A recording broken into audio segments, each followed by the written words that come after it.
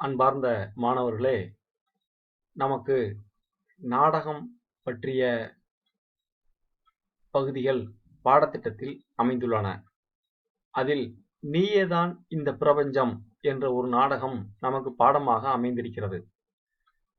அந்த நாடகத்தை எழுதியவர் சேதுபதி.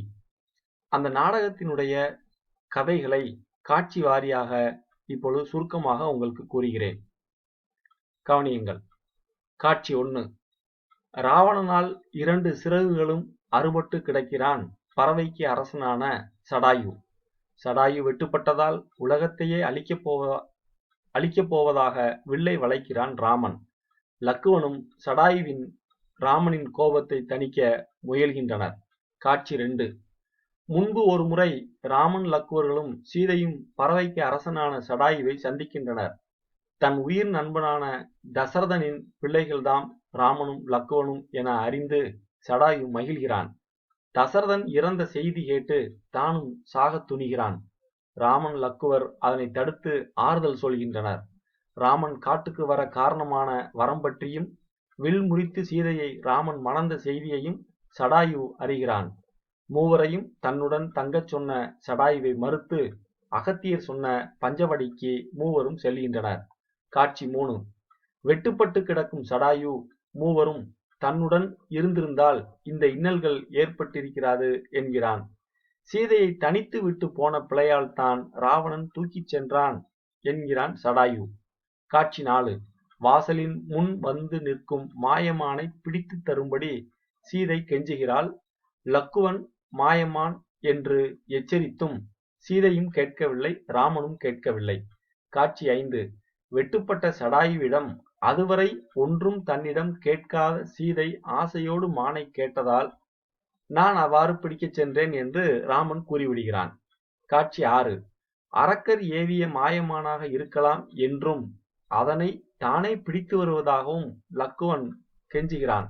சீதையோ பிடிவாதமாக ராமன்தான் பிடித்து தர வேண்டும் என்கிறாள். காட்சி 7. வெட்டுண்ட சடாயுவிடம் தன் மானை பின்தொடர்ந்து சென்று ஏமாந்த நிகழ்ச்சியை வர்ணிக்கிறார் ராமன்.